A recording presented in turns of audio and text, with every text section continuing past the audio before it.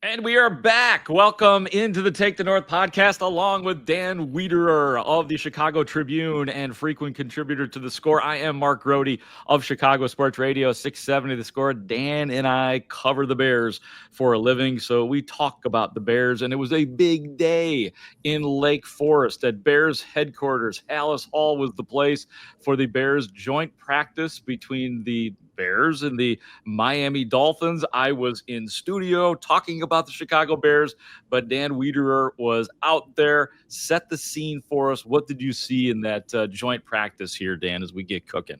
Yeah, well, first and foremost, Grote, you know the days out here where you feel like you get here and you park the car and then you're just running around like a chicken with your head cut off for like 9 hours, and you're like, I don't even know if I've had a chance to like use the restroom properly or go get a drink of water. This is one of those days today. It's just been nonstop action out here between the practices, between some of the news this morning with what's going to happen for the preseason game, the practice itself. Then George McCaskey and Kevin Warren spoke to the media later in the afternoon. It's been a wild day out here, and the practice was part of that wild day. I think probably my first sentiment coming out of that practice this afternoon is how strong the Bears defense is playing right now and how much legitimate progress that I think they've made over these first 3 weeks of practice. We've spent so much time with our lens justifiably set on Caleb Williams and the offense that it's sometimes hard to gauge the progress of the defense. Well, you bring another opponent to town and then you watch the Bears defense be very opportunistic today, getting a handful of turnovers off of Tua Tagovailoa, really playing with that type of tenacity that both Ben Johnson and Dennis Allen are asking for. And you're like, that was a pretty good day for the defense. And you see that with your eyes. And then you hear the sentiments of a guy like Kevin Byard after the practice sort of echo and confirm that what you saw is what they felt. And you're like, okay, yeah, this was a positive step for the Bears defense. And it's been that way, I think, over the first 3 weeks of camp. Yeah, and I mean, hey, none of us really knows what the Dennis Allen effect will be on this team. We know how disappointing things were last year for the Bears defense, especially, and I'm not saying that it was because of, but when, Andrew Billings goes down and you didn't have Jaquan Brisker for a significant chunk of the season. And hey, all of a sudden, a guy like Brisker, who's not afraid to try to stop the run right up there in the box, and a guy like Andrew Billings, who was a run stuffer, they're gone, and all of a sudden the heavens open on the Bears defensive line and running backs are running through massive holes. So, I mean, all of that comes into play, like the actual injuries. I guess my long-winded way, Dan, of saying that there were some excuses for the Bears defense last year. There is plenty of talent on that defense.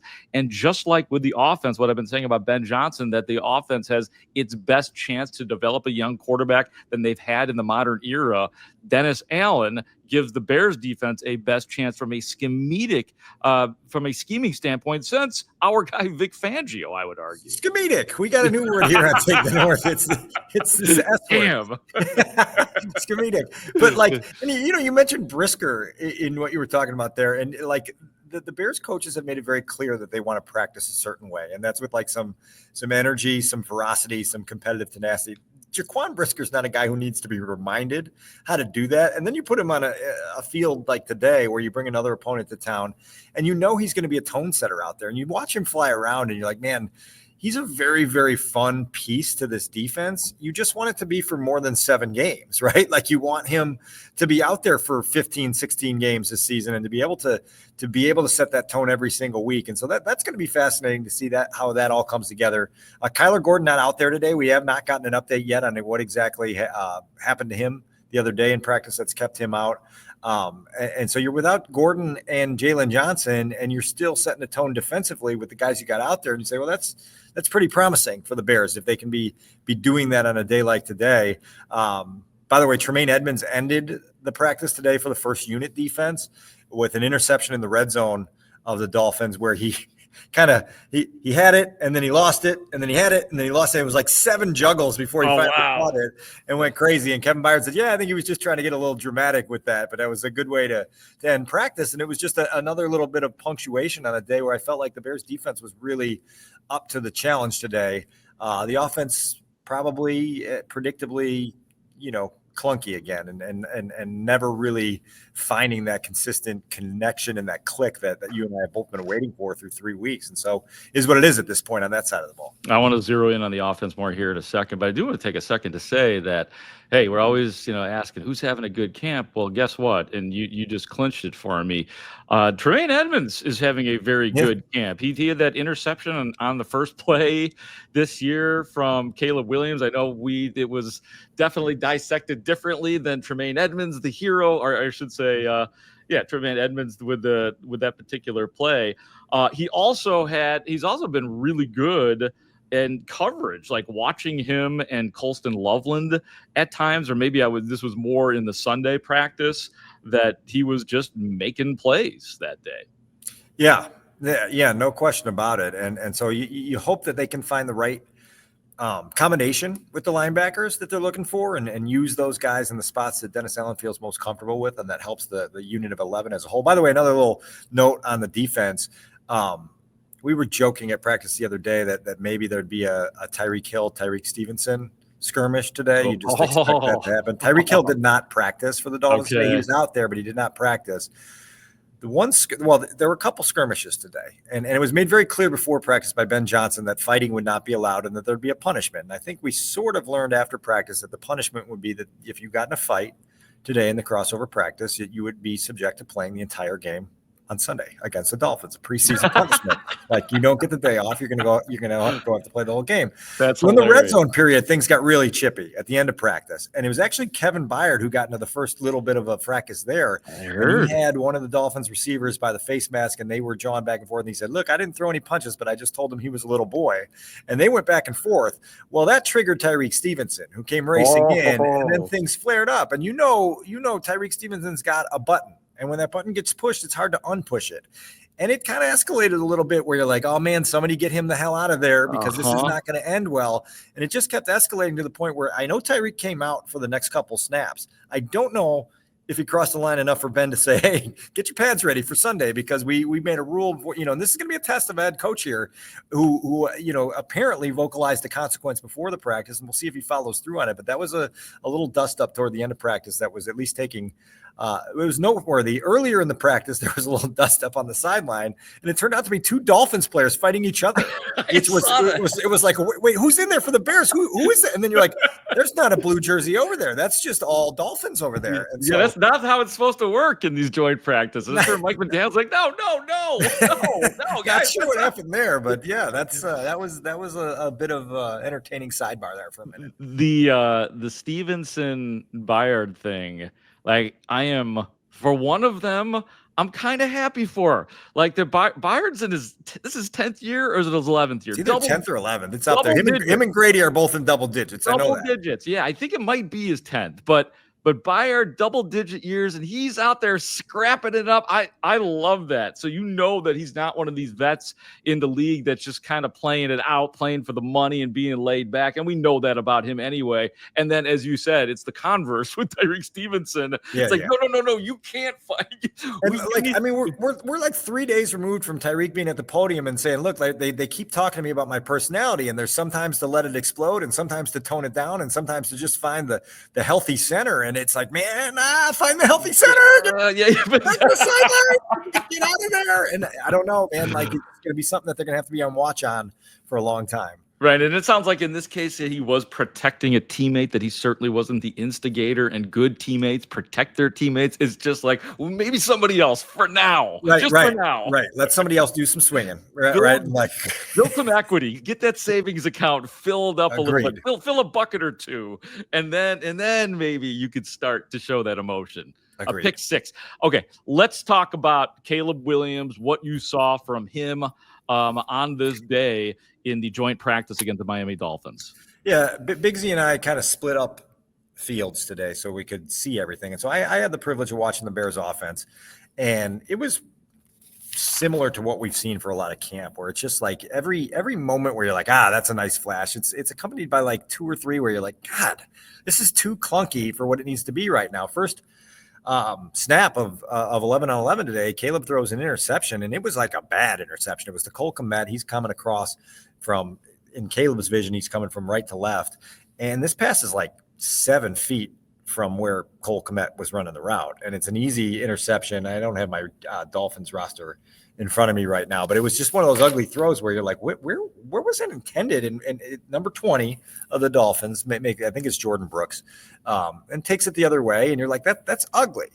On the positive side for Caleb Williams, and this is something that I'm reminding myself of as you hear the messaging from the coaching staff about distributing to the playmakers and being a point guard. There was one period of 11 on 11 where Caleb had back-to-back completions to Colston Loveland and DJ Moore. And one of them was play action, and he was very patient in letting Colston come open and then finding him. It's a good, nice little chunk of yards. And you say you can never go broke taking a profit.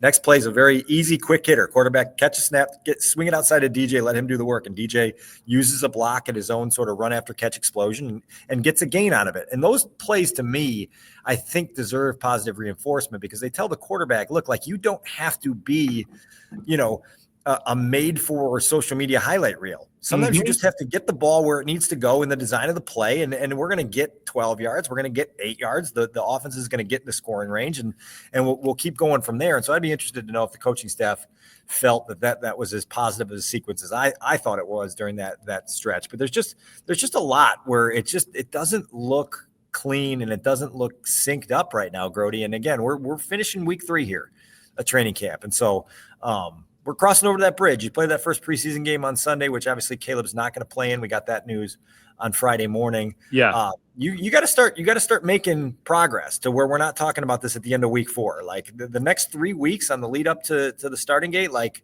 this got to be cleaner. It's got to be clicking a lot more than it has been. I don't think I was like I kind of understood where Ben Johnson was coming from in terms of not playing the starters on Sunday, because of the joint practice. And he talked about guys are still going to get just as much work in the ensuing days. Even on game day, they'll be asked to do things. We'll see guys out there before the game going through drills and doing things that Ben Johnson thinks are of consequence. But I guess I was a little surprised that considering what Ben Johnson has been trying to do, and that is to do things differently, and what part of what he's doing differently is taking these practices very seriously, that I thought maybe for a quarter or a series or two, just to send the message that we got to move fast, that we got to move fast, and maybe we're even a little behind right now. Yeah. We got to go. So I was a little surprised that Ben Johnson wasn't that guy, wasn't that coach that wanted to do that. A lot of people get bent out of shape on this topic, and I sort of talked about it with David Haugh on 670 The Score on Friday morning, that it's like almost in the public consciousness, it has to occur on their TV for it to be real, right? And so like these crossover practice reps don't resonate with the general public because they're not, on the bigger stage. And yet there's been obviously a move toward this in the NFL in recent years of using these very scripted, controlled settings to get the work you want to get done. Now, that said, I do think to what you're talking about, when the head coach gets up at the start of training camp and says, this is a race, this is like kind of running to the side gate at the race and being like, hey, let me get one of those orange slices. And instead of keeping running, you just stop and you grab a Starbucks and you talk with some people for an hour or so. And then you resume your run again, where it's like, no, this is a race. We got to go. And so it's going to be interesting because I do think that Ben this morning talked about the idea of playing at some point in the preseason. You'd expect probably game 2 against Buffalo next week to be a spot maybe where you turn them loose, but I don't know, because they're going to do the joint practice with the Bills too on Friday. And so how does that marry up with what you want to do on Sunday? But operationally, right? Like you want to work some of that stuff out in a preseason game stage so that if you get into week 1 against the Vikings, you're not like trying to figure things out on the fly against a defense and a team that can cause you a lot of problems. And then you're like, oh God, we're a quarter half in and we're just now getting settled into this game. And wouldn't it have been nice to have gotten some of this out of the way, in August when we had the opportunity? Look, like every coach has got a different way of doing it. This is what Ben's chosen, and he's going to have to maximize the other time that they're clearly planning to maximize, including what he said was going to be a pretty thorough throwing session pregame at Soldier Field with Caleb and his pass catchers on Sunday. Right, which will be definitely something to monitor. I will be there. Dan and I will both be at Soldier Field on Sunday, and certainly we will give you all of our impressions on this. Dan, I want to take you through a couple things here in regards to Caleb Williams. We did have Caleb Williams on the score, And I have selected a couple of cuts. And one of them that I'm going to play here for you in just a couple minutes is a question about that I asked Caleb today about how close he thinks it is to clicking. Now, Okay. before that though, I want to get your take on something here. This is something that I heard on the flagship radio station. A question asked to Ryan Poles, the general manager of the Bears, was, is Caleb Williams still the guy that you envisioned when you drafted him? How do you answer that question? Here was the answer from Ryan Poles. Poles said, quote, I say yes. The pieces that Caleb has, you can't coach. And I think to win championships, you got to have that killer instinct. You got to be able to do special to get over the hump. But the fundamental piece, the operation, understanding of coverages, that's where we got to get into the new system. And that part he just didn't do as much of in college. So he's got to hit that part and continue to grow and develop and pour his time and energy into that with Ben. Final graph here. And again, this is Ryan Poles. And if we close the gap there, you pair that up with the things that you can't coach, and special things can happen. Dan, what do you think about that? Because I thought he put it pretty perfectly, actually. Well, so Grote, I listened to that this morning, actually, when I was out for a nice little Friday morning run before the day got crazy. Oh, good. I'm glad you got a little head start on it. but I listened to it, and the first part of the answer was the one that like stopped me, because it was, it's a layup question, right? Like it is like is Caleb still the superstar that you drafted at number one? And it was, and his answer wasn't yes, of course. It was, I'd say yes. You know what I mean? And it was like there was a little bit of an acknowledgement there that maybe it wasn't as pro ready as I thought, right? And then it's followed up with all the things you read there about the understanding of how to be operationally strong, right? Like this language isn't coded anymore. It's pretty direct and easy to read. You know, where the coach and the general manager have talked about all of these quarterback responsibilities that Caleb is just now starting to grasp, right? And that's knowing the playbook, knowing how to run a huddle, knowing how to do things pre-snap, knowing how to read a defense and adjust on the fly to what you're seeing and what you're not seeing. Like what you just read there's a lot in there. There's a lot of layers there. And it goes back to, the quote I've brought up a lot since January, which is Ryan talking about Ben Johnson challenging Caleb to be a professional football player. These are part of the development of a young quarterback trying to understand what this league is all about and what this league requires. I think what you read there is something that our audience should stop and really process and digest when you're understanding just how low on the mountain the Bears are in this climb with Caleb Williams right now. So I read all of that to Caleb Williams when we had him on the score. So this is Caleb after I asked him that, and how close is it to clicking? How close is it to it, as Ryan Poles said, to things happening? I think that's the part, mainly any quarterback coming from college, you don't know all the knowledge that maybe a Tom did at latter part of his career, or Aaron or Ben Roethlisberger, or, even other guys that are still in the league, Gino and Russell and all these different guys. So I think that's, the fundamentals, the learning different defensive systems, learning different offensive systems. Everything just becoming more fluid. It's something that happens over time.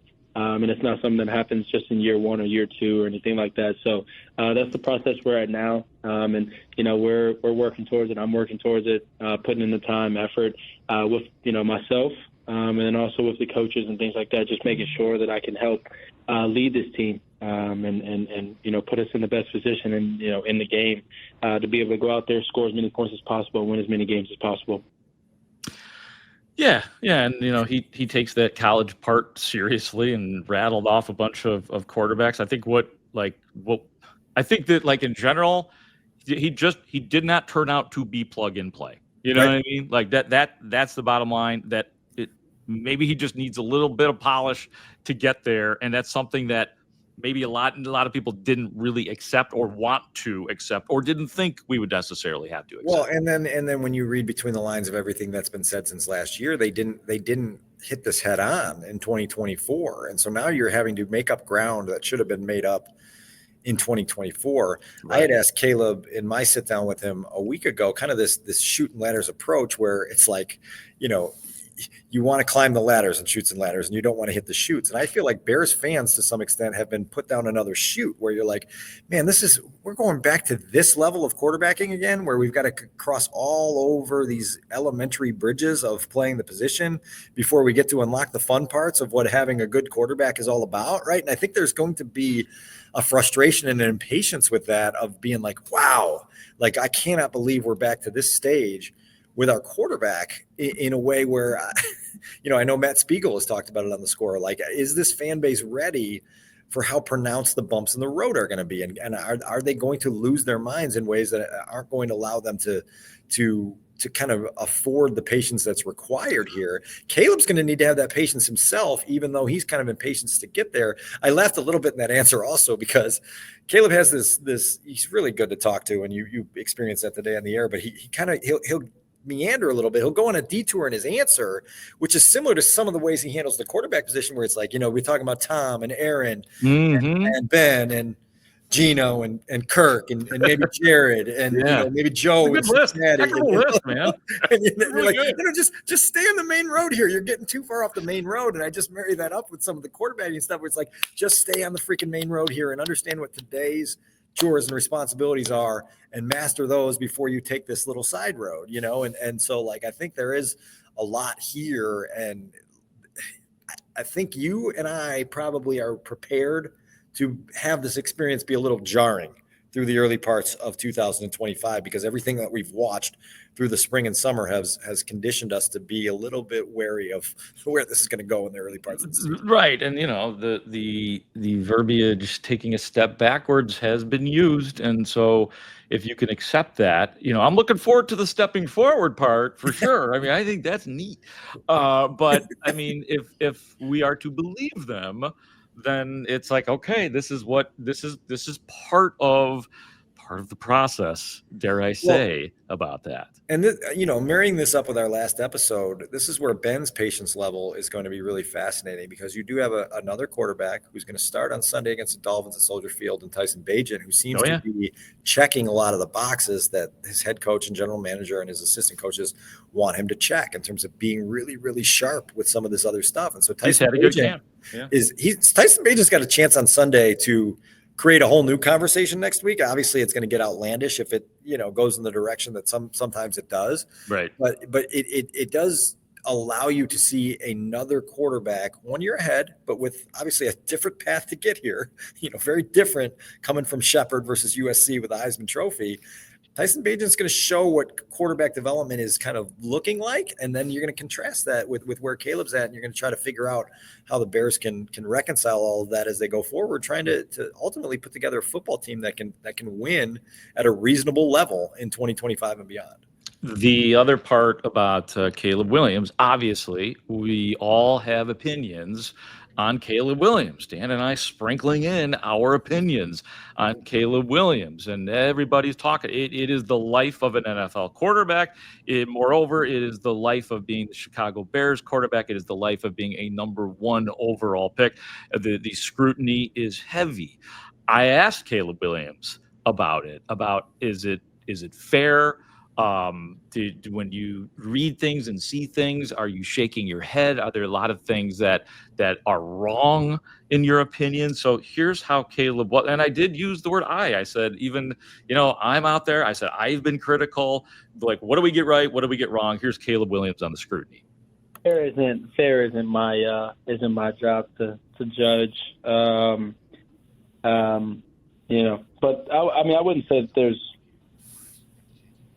there's always truth to reports that come out.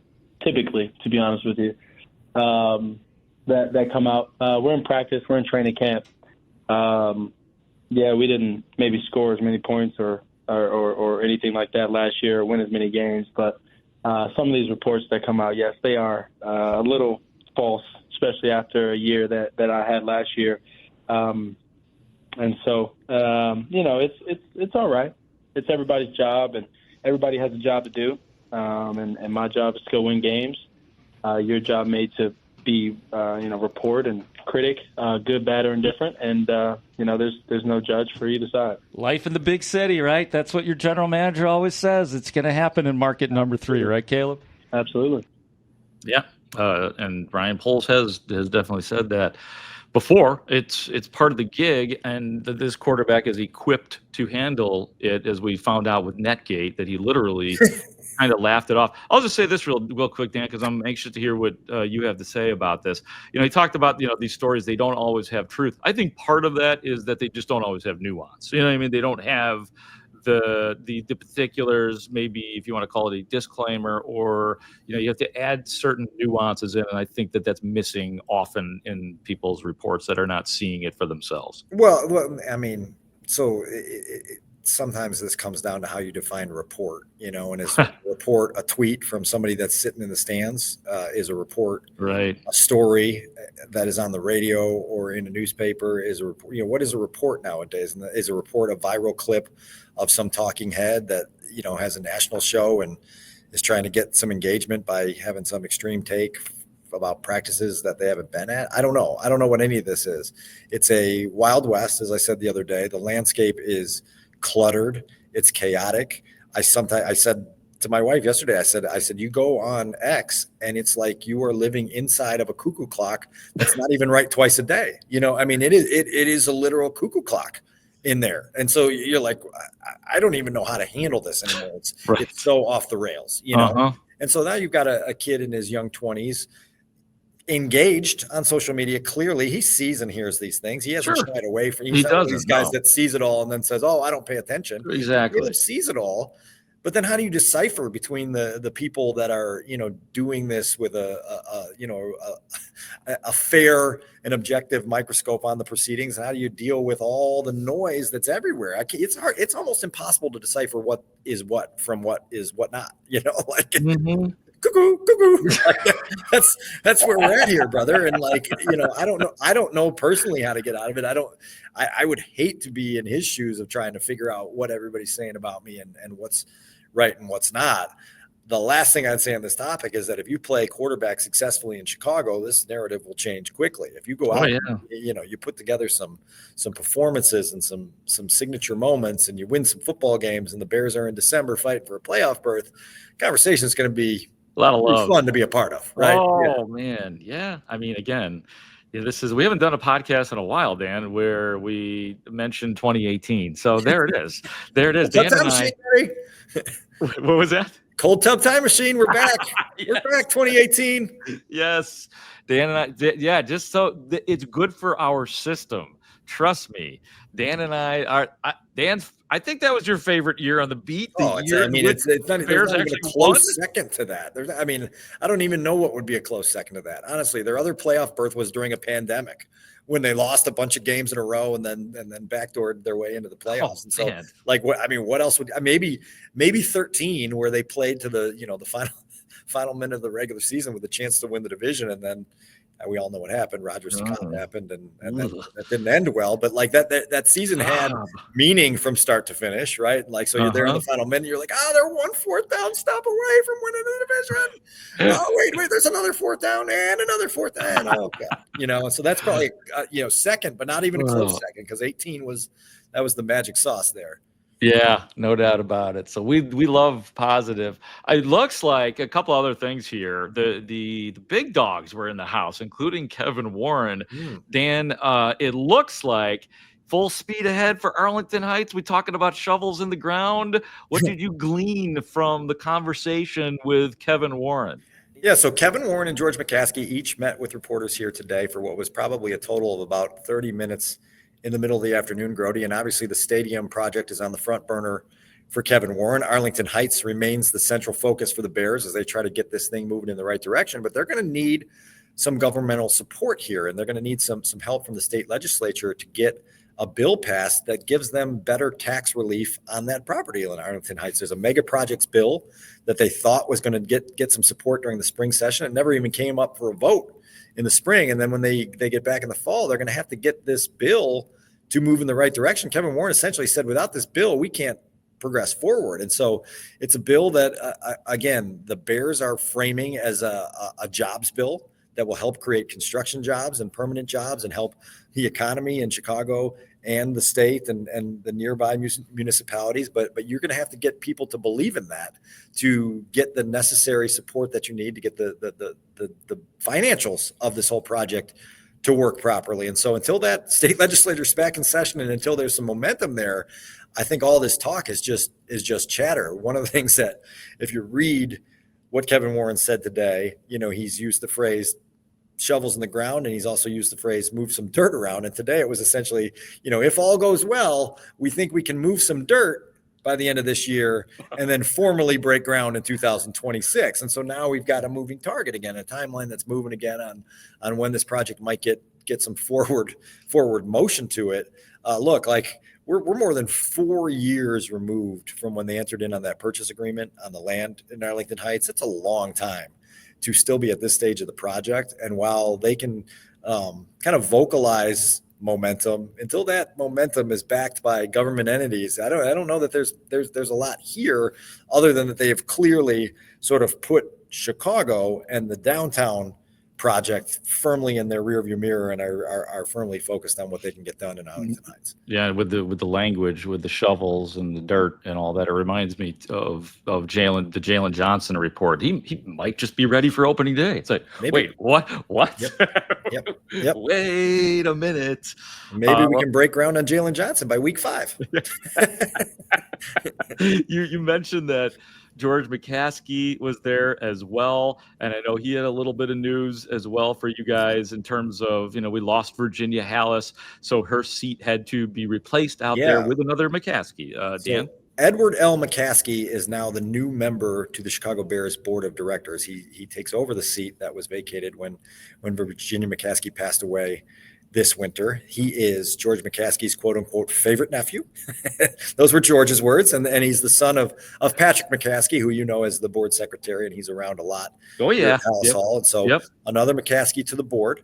There was also a recent report in Crane Chicago Business that the ownership stake, the 2% ownership stake that Andrew McKenna owned, he passed away in February of 2023, has been split equally between the McCaskey family and the family of Pat Ryan. Yes. And so that George would not confirm nor deny that, saying that that's a private matter, but it seems like that is indeed what has happened. And that in George's words, that keeps, by definition, the McCaskey-Hallis family as the controlling owners of the Chicago Bears. And so that's where we're at. And so those are two pieces of news on the, big umbrella front when you're looking at the Chicago Bears organization that were worth discussing this afternoon. You nailed it, man. I mean, that's the bottom line. The McCaskeys will own about 77.5% of the Bears. That's what Dan was just saying, that they wouldn't necessarily confirm right now, but it seems like that it's the probably true. And this means, look, that people wanted to know when Virginia McCaskey for decades, when she passes away,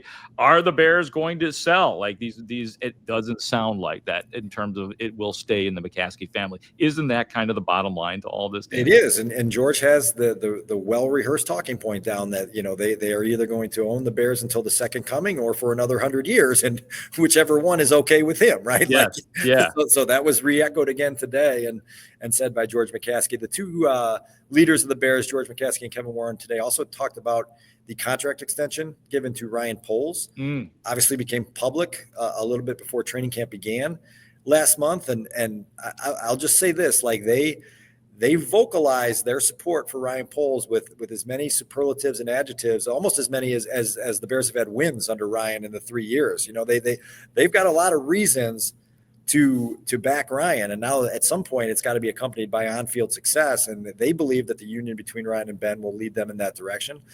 You and me have been promised things before that have not come to fruition. So we'll take the wait and see approach, and hopefully their confidence in Ryan is backed up soon by some success. Yeah, they got, look, I was going to say too, after, with the reality of the Bears staying with the McCaskies, it's been a good year for ownership, if you really look at the whole picture, and that's not something we've always said, Dan. I mean, in terms of firing a coach in season, firing an offensive coordinator in season, going out and getting the best guy to coach your team, that's a win, whether it was Kevin Warren or Ryan Poles or even the McCaskies, who deserve some credit for that having happened. They're getting out of the way. If they continue to comport themselves like that, I like the way that's going, but this is something to continue to monitor, obviously. Yeah, I'll just marry that up with something that Kevin Byard told us after practice today about Ben Johnson, because he's really the engine of things right now, right? Like, I think we'd all agree that he's going to be the guy that pushes this team through what is needed to become a successful organization. And Kevin Byard likened his time here early with Ben Johnson to what he experienced with Mike Vrabel in Tennessee, which was a quote unquote culture shift, and a guy who came in and set standards and set a tone and got buy-in instantly and got both sides of the ball to jump on board. And like, you hear a guy that's been around the league that long, who's experienced a bunch of things, say it with such sincerity and such confidence that, this guy is leading in the right way. And you feel like, okay, all right, now let's watch this journey go on here in 2025. But yeah, it's all at some point, it's got to be backed up by the thing that's never there, which is consistent, sustained success. Otherwise, it's just this ongoing carousel of words, that are never matched up with any sort of achievement. Yeah, absolutely. And that is at some point, absolutely, Mr. Wiederer. Lastly here, at least for me, $8.8 billion is what the Chicago Bears are worth right now. There is no team right now on paper that is worth more officially than the Chicago Bears. That $8.8 billion price is the highest prices ever paid for a piece of an NFL team, at least for now. Earlier this year, a trio of local families bought nearly 6% of the San Francisco 49ers at a roughly $8.6 billion evaluation. The Dolphins and Eagles also recently brought on new backers at roughly $8.1 billion valuations. Here's the big dog, though, Dan. The New York Giants are currently selling a minority stake that will likely eclipse all of those numbers, but $8.8 billion, buddy. You dropped that number on me, and you just went to this recent high-level dinner with our guy Mitch Rosen down at Shaw's Crab House. I think it's where you ended up going. And I thought you were going to say $8.8 billion. That's what they're paying me here now to take on 5 different roles at WSCR. And I was going to be like, all right, let's go get a celebratory meal here soon and Grote. 8.8, let's go. Yeah, no, we're going surf and turf plus with that, man. No doubt. Let's go. Let's get it going. But yeah, Dan, there's a lot there. Anything else, man? I mean, it's been a long day for everybody in a good way, because there's lots of things going on and it's all heading towards the start of the Bears season 2025. But anything else, Dan, you want to get off your mind before we get out of here? One-time guest Kyle Long from 2018 was back here in the building today. He's here with CBS Sports doing some work. And so Kyle Long's presence always fun to have here in Haugh Hall. Good to see him again. And then, we got a preseason game Sunday afternoon by Lake Michigan. I don't know what it's going to look like with all the people that aren't playing, but we get some Tyson time on Sunday. I mean, honestly, to see some real football. Honestly, I am looking forward to seeing what Tyson Bagent does with a full half. You definitely want a great backup, and good for him if he's good enough to show tape that other GMs around the league think that he's starting caliber. He becomes more valuable. So, that good for Tyson Bagent if he thrives. I'm looking forward to seeing that opportunity. And so for Dan Wiederer of the Chicago Tribune, for our executive producer, Adam Studzinski, the multitasking one, I am Mark Grote saying thank you for listening to and watching the Take the North podcast. Great talk. See you out there.